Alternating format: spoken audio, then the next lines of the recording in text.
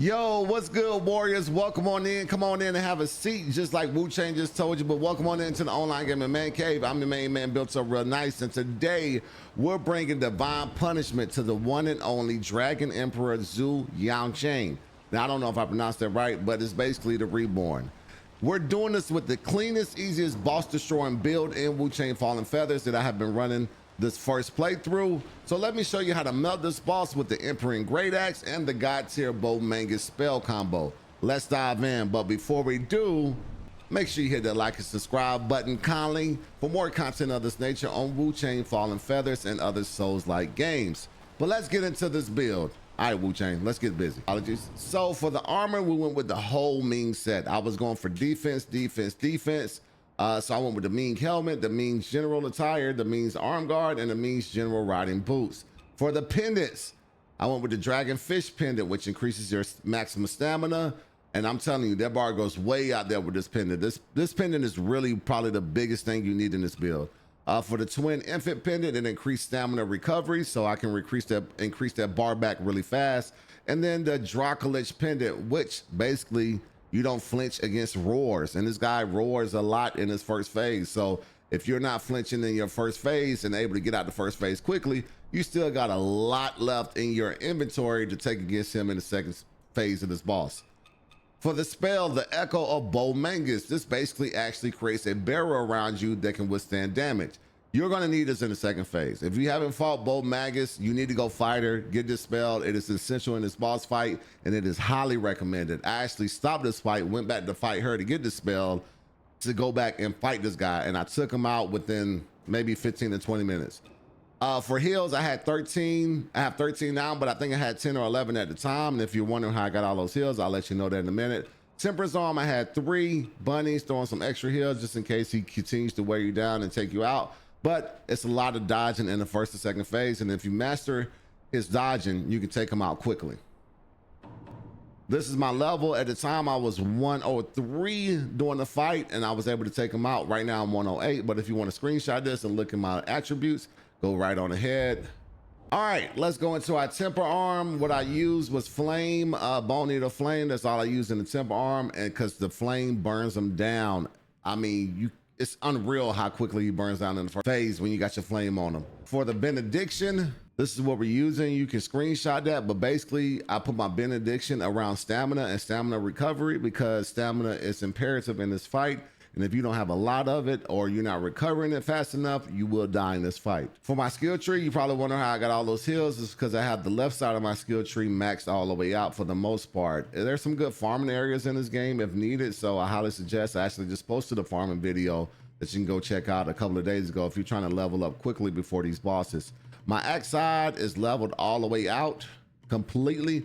There's nothing else I can do in here, but one fun fact that I did find about this skill tree, you can actually go into other areas and get agility added to your build, more strength, and all that type of stuff. So don't be afraid to dive into these other areas. And actually, that is the key when doing a strong build throughout this game. So if I had to replay this in my first playthrough, I would actually start in some of these before maxing out everything else first. My discipline on my Empyrean axe, I use Rampage, but I really don't use Rampage a lot. I love the Emperor Crush. It is one of my favorite moves, and every time I do that, I'm able to get a feathering. That's the way my build is set up. That's what I like. So I'm able to do the Emperor Crush a lot, which I jump up off the ground and slam down into the boss and attack him from a different angles more so than just straight forward or from the side and the back. All right, so you guys know I'm running the Emperor axe. It's +9 just to make sure.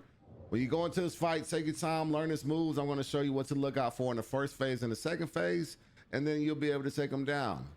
Now, let's get into it. I wish y'all the best of luck. All right, before going into the fight, make sure you put the fire on your axe, of course. But he's going to start with a roar, and then he's going to jump. As soon as he jumps, you're going to perfect dodge to the left and get some hits in. Come to Papa.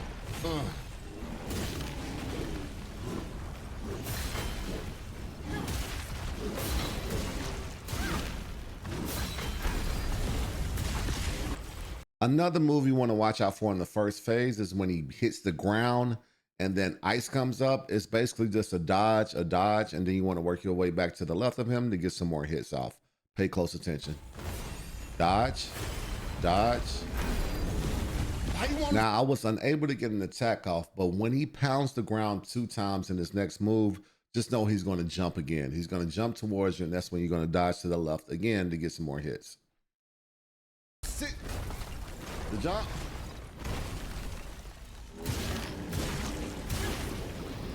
Now, this move where he goes up in the air and brings something down from the sky, some red like gel, I don't even know what it is.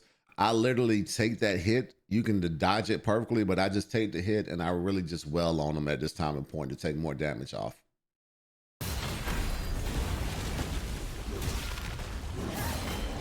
Now, the key in the first phase is to always stay on the left side of him. You want to get a lot of hits off of him and take his down really fast. Thus, add more fire to him, which burn him down even more.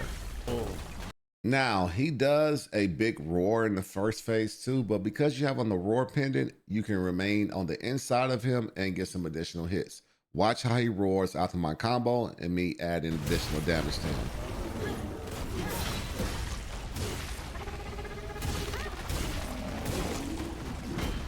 Now, one last move in the first phase is his tail whip, so make sure you're never directly behind him.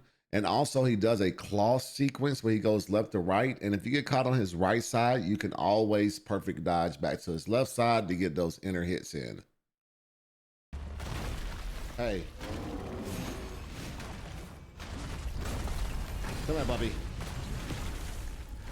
Now, one last thing I want to show you with dodging in the first phase. You can always dodge to the left no matter where you are on him. The key is to get on his left inside and to melt him down with your axe.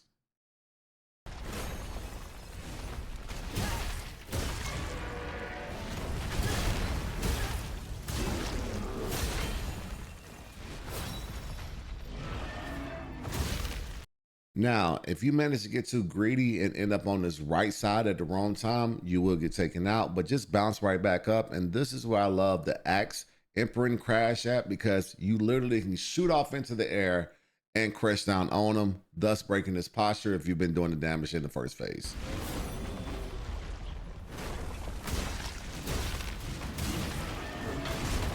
Oh my God.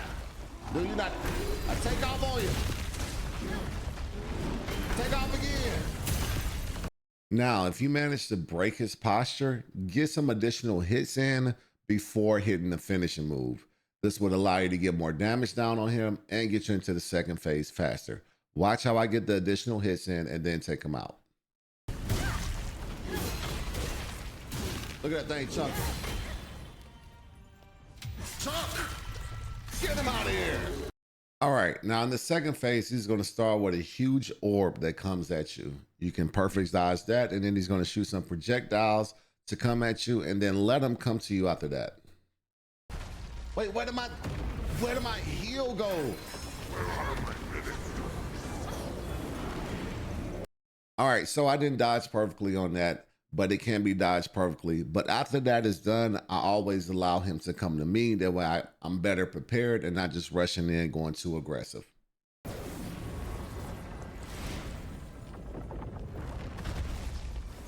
Okay, so once he comes to you, this is a good time to get a couple of hits in it, but watch for the sword that comes down. He's going to hit a combination of swords that you can dodge and one main strike that you can dodge. The object of this phase is to stay underneath him as much as possible or behind him. That way you can get as many hits in as possible and continue to take him down. Now here comes this big sword strike, and I got caught in it, but you can avoid this by perfect dodging. How that hurt. Now, because I got hit so hard, I use this next opportunity to heal, and that's when he turns the opposite way. But if you do not get hit, you can get right behind him and get some more damage in. So as you see, I'm standing underneath him. I decided to heal to get my health back up, and then I'm going to go back at him again. That's a good time to hit him right there. Now, this next part is specifically for my axe users out there. This is where the Empyrean Crash comes into handy so much with this boss. When he starts doing his sword swipes, you can basically Empyrean Crash and hit him from the top. As you see, he does his sword swipe. I'm going to go up in air again and continue to break his posture as much as possible. I'm going to go up one more time. Now, when he goes up in the air and there's a little gap, he's about to come down with a strong sword strike. But while doing this is a great time to use your spell and put your damage bubble on.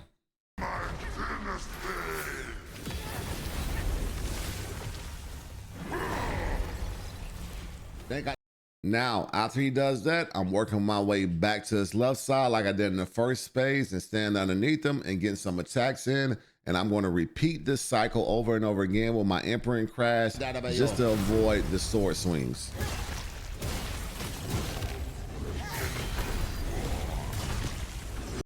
Now, when he puts that sword down in the ground right here, this is when you go to work and get those hits in. Make sure that fire is on the axe and that Empyrean Crash is going to melt him down.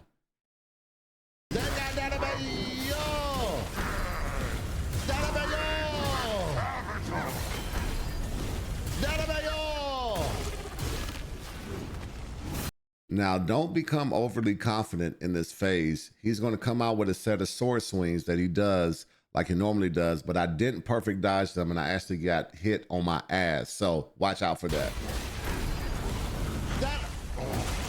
Oh no, heal up.